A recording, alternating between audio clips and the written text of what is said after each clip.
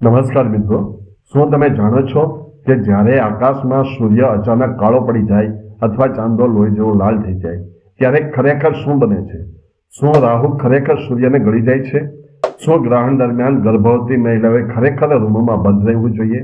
આજના વિડીયોમાં આપણે જાણીશું ગ્રહણ પાછળનું સાચું વિજ્ઞાન અને તેની સાથે જોડાયેલી પૌરાણિક કથાઓ.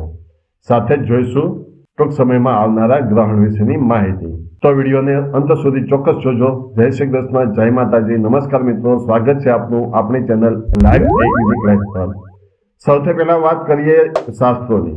આપણી પુરાણ કથાઓ મુજબ ગ્રહણ એ માત્ર પડછાયો નથી, પણ એક બદલાની કહાની છે. વાત છે સમુદ્ર મંથન સમયની. જ્યારે સમુદ્ર મંથનમાંથી અમૃત નીકળ્યું ત્યારે ભગવાન વિષ્ણુએ મોહિની સ્વરૂપ ધારણ કરીને દેવોને અમૃત પીવડાવવાનું શરૂ કર્યું. તે સમયે સ્વરભાનુ નામનો એક અસુર દેવતાઓનું રૂપ લઈને સૂર્ય અને ચંદ્રની વચ્ચે બેસી ગયો. સૂર્ય અને ચંદ્રએ આ અસુરને ઓળખી લીધો અને વિષ્ણુ ભગવાનને ઈશારો કર્યો. ભગવાને તત્કાળ સુદર્શન ચક્રથી તેનું મસ્તક છેદી નાખ્યો, પણ અમૃત પીધું હોવાથી તે મર્યો નહીં. તેનું માથું રાહુ બન્યું ને ધડ કેતુ બન્યું. ત્યારથી રાહુ અને કેતુ સૂર્ય ચંદ્રના દુશ્મન બની ગયા છે. માન્યતા છે કે અમાસે રાહુ સૂર્યને ગળવા આવે છે ત્યારે સૂર્યગ્રહણ થાય છે અને પૂનમે ચંદ્રને પીડા આપે છે ત્યારે ચંદ્રગ્રહણ થાય છે. હવે વાત કરીએ વિજ્ઞાનની. ખગોળશાસ્ત્ર મુજબ ગ્રહણ એ છાયા અને પ્રકાશની રમત છે.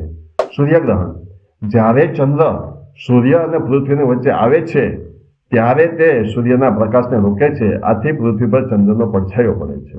ચંદ્રગ્રહણ જ્યારે પૃથ્વી સૂર્ય અને ચંદ્રની વચ્ચે આવે છે ત્યારે પૃથ્વીનો પડછાયો ચંદ્ર પર પડે છે. આ સમયે ચંદ્ર લાલ દેખાય છે, જેને બ્લડ મૂન કહેવાય છે. તમને પ્રશ્ન થશે કે દર પૂનમે કે અમાસે કેમ ગ્રહણ નથી થતું?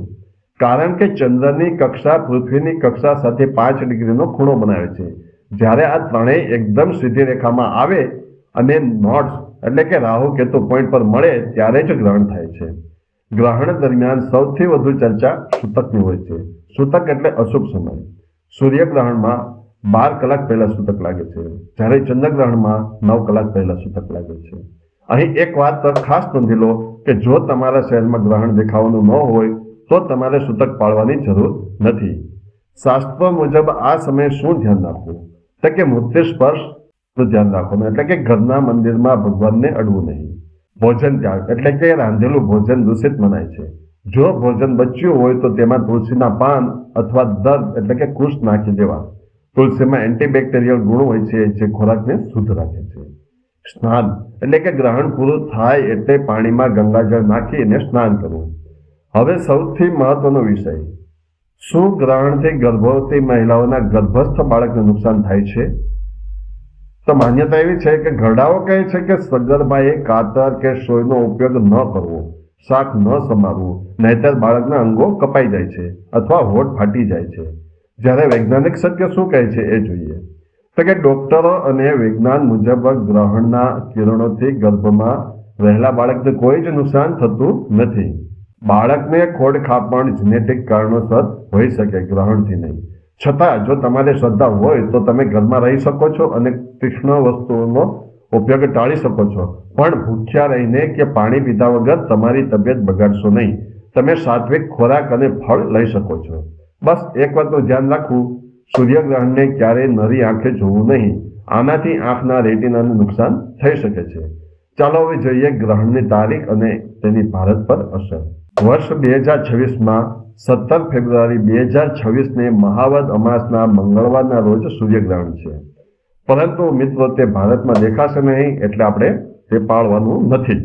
તો મિત્રો, ગ્રહણ એ ખગોળશાસ્ત્રની એક અદ્ભુત ઘટના છે. શ્રદ્ધા રાખો પણ અંધશ્રદ્ધા નહીં, સાવચેતી રાખો પણ ડરશો નહીં. જો તમને આ માહિતી ઉપયોગી લાગી હોય તો વિડીયોને લાઈક કરો અને તમારા મિત્રો સાથે શેર કરો. આપણી ચેનલ લાઈવ યુનિક લાઈફને સબસ્ક્રાઇબ કરો. કોમેન્ટમાં જણાવશો કે તમે ગ્રહણ સમયે કયો નિયમ પાળો છો.